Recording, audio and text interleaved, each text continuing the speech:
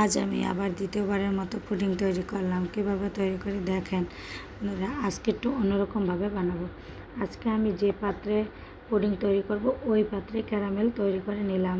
প্রথমে আমি 2 চা চামচ চিনি দিয়ে দিলাম। চা চামচটা একটু আমি ওইটাই দিয়ে হালকা ক্যারামেল তৈরি করে নেব। তো আমি এটা সেটে দিয়েছি। এখন নিয়ে নিলাম হাফ লিটার দুধ, আমি 300 গ্রাম করে নিয়েছি, আর 2টো ডিম, আর দিয়েছি গুঁড়া দুধ দিয়েছি আমি 1 টেবিল চামচ। তো এটা ভালো করে মিক্স করার পরে আবার দিয়ে দিলাম আমি 1 বাটি চিনি। 1 বাটি চিনি মানে 100-150 গ্রাম হবে। তো এটা আমি 10 থেকে 15 মিনিট ভালো করে হ্যান্ড উইক্সের মাধ্যমে ভালো করে মিশিয়ে নেব। এটা যত ফেটানো হবে ততই ভালো লাগবে। আর দিয়ে দেবেন একটু ভ্যানিলা এসেন্স দিলে ডিমের গন্ধটা থাকবে না। তো এটা যেমন ঘুরতে সাদা ভাব হয়ে আসবে তখনই মনে করবেন যে এটা হয়ে গেছে।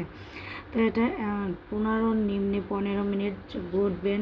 যত ভালো ঘুরবেন ততই পুডিংটা খেতে মজা হবে, মানে অসাধারণ টেস্ট হবে। এটা হলো ঘোটার উপরে ডিপেন্ড করে। তো আমার এটা মিক্সড করা হয়ে গেছে। এখন আমি এই যে ক্যারামেলটা আবার সেট করে নিয়েছিলাম, তো এখন একটা চালনি দিয়ে ছেঁকে নেব, কেননা ভিতরে যে কোনো থাকে ওইটা আমি চেলে নিলে থাকবে না। এই জন্য মসৃণ একটা ব্যাটার হবে। এই মসৃণ ব্যাটারটা দিয়ে দেবো। এটা এখন আমি কড়াইয়ে দিয়ে দেবো 30 থেকে 30 মিনিটের জন্য। তো আমি আর ওটা ভিডিও করতে মনে নাই। তো এখন আমার হয়ে গেছে 30 মিনিটের মতো চুলায় ভাপে দিয়েছিলাম। তো দেখেন আমার পুডিংটা অসাধারণ হয়েছে।